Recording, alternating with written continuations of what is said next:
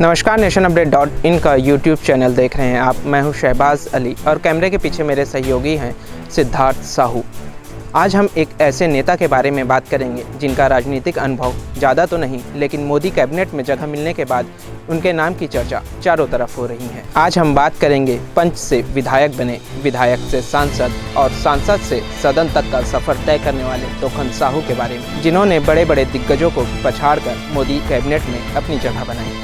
तोखन साहू यह वह नाम है जिन्हें मोदी 3.0 में केंद्रीय राज्य मंत्री की जिम्मेदारी मिली है। बता दें कि बिलासपुर लोकसभा सीट से कांग्रेस प्रत्याशी देवेंद्र यादव को लगभग 1,64,000 वोटों से मात देकर तोखन साहू ने मोदी कैबिनेट में बतौर केंद्रीय राज्य मंत्री के रूप में अपनी जगह बनाई। आखिरकार ऐसी क्या बात रही कि 8 बार विधायक चुने गए और प्रदेश में सबसे ज्यादा मतों से जीत दर्ज कर सांसद चुने गए बृजमोहन अग्रवाल, दूसरी बार सांसद चुने गए संतोष पांडे और विजय बघेल जैसे नेताओं के बजाय पहली बार सांसद चुने गए तोखन साहू को ही मोदी कैबिनेट में जगह मिली। बता दें, तोखन साहू के मंत्री बनने की कहानी अप्रैल के महीने में ही लिखी जानी शुरू हो गई थी।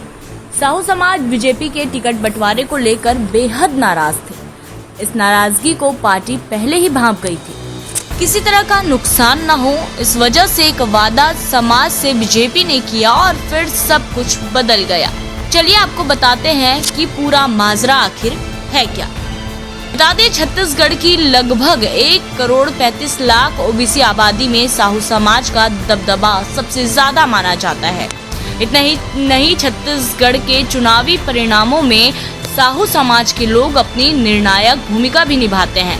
इसके बाद आते हैं यादव समाज के लोग, जो कि करीब 18% होने का दावा करते हैं। वहीं कुर्मी समाज की आबादी 6 से 7% है। विधानसभा और लोकसभा को लेकर यह माना जाता है कि साहू समाज ने पिछले 2 दशकों में बीजेपी को ज्यादा समर्थन दिया है, साथ ही परंपरागत रूप से बीजेपी को वोट दिया है। हालांकि कांग्रेस की अगर बात करें तो साहू समाज ने कांग्रेस के साहू प्रत्याशियों को अपना मत नहीं दिया। बता दें, बीजेपी को वोट देने के पीछे की वजह यही मानी गई है कि बीजेपी ने कांग्रेस की तुलना में समाज से अधिक उम्मीदवार उतारे हैं, वहीं ज्यादा से ज्यादा उन्हें मौका देने की कोशिश की।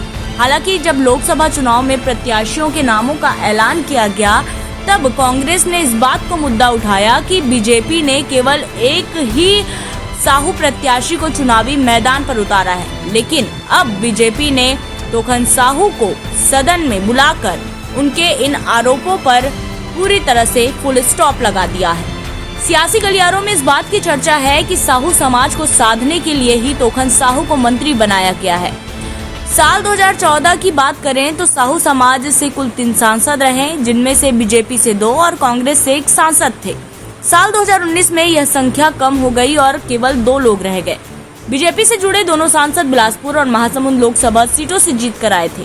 अगर बात करें साल 2018 के विधानसभा चुनाव की, तो दोनों ही पार्टियों ने 22 साहू कैंडिडेट को टिकट दिया था।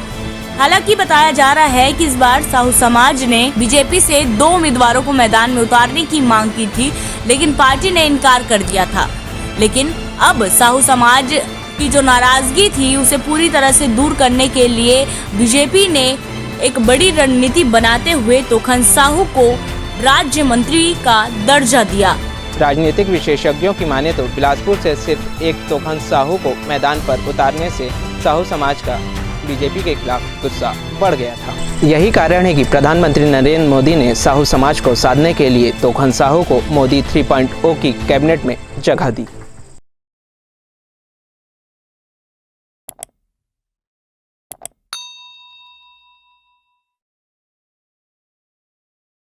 For more updates, subscribe to our YouTube channel, nationupdate.in.